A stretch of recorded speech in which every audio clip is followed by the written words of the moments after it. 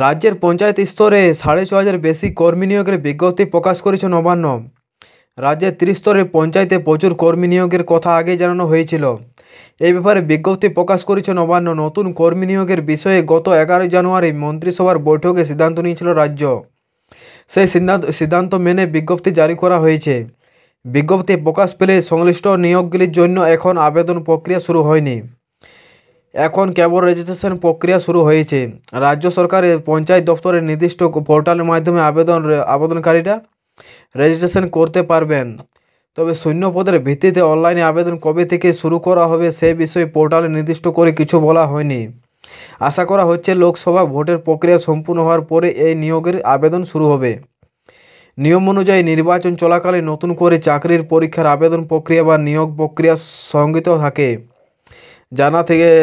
জানা গেছে আবেদন প্রক্রিয়া শুরু করার আগে প্রতিটি জেলা থেকে শূন্যপদ অনুযায়ী আলাদা আলাদাভাবে বিজ্ঞপ্তি প্রকাশ করা হবে।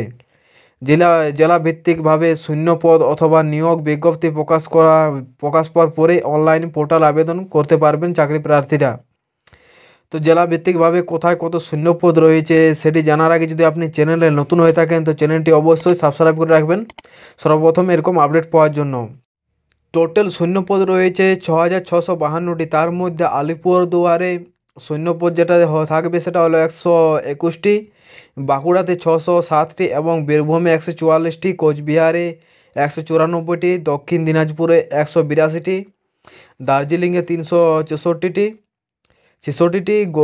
হুগলিতে ৬০১টি, হাওড়াতে ৪৩৭টি, জলপাইগুড়িতে ১৪৬টি, ঝাড়গ্রামে ২২২টি, কালিম্পংয়ে ১৬৯টি, মালদহে ১৩৬টি, মুর্শিদাবাদে ১৭৩টি, নদিয়াতে ১৪১টি, উত্তর চব্বিশ পরগনায় ৫১৬টি, পশ্চিম বর্ধমানে ১১৭টি, পশ্চিম মেদিনীপুরে ৫৬০টি এবং পূর্ব বর্ধমানে ২৯৯টি, পূর্ব মেদিনীপুরে ৩২১টি, পুরুলিয়াতে ৩৯৭টি এবং দক্ষিণ চব্বিশ পরগনায় ৫১৬টি এবং উত্তর দিনাজপুরে ৯৬টি টোটাল শূন্যপদ রয়েছে।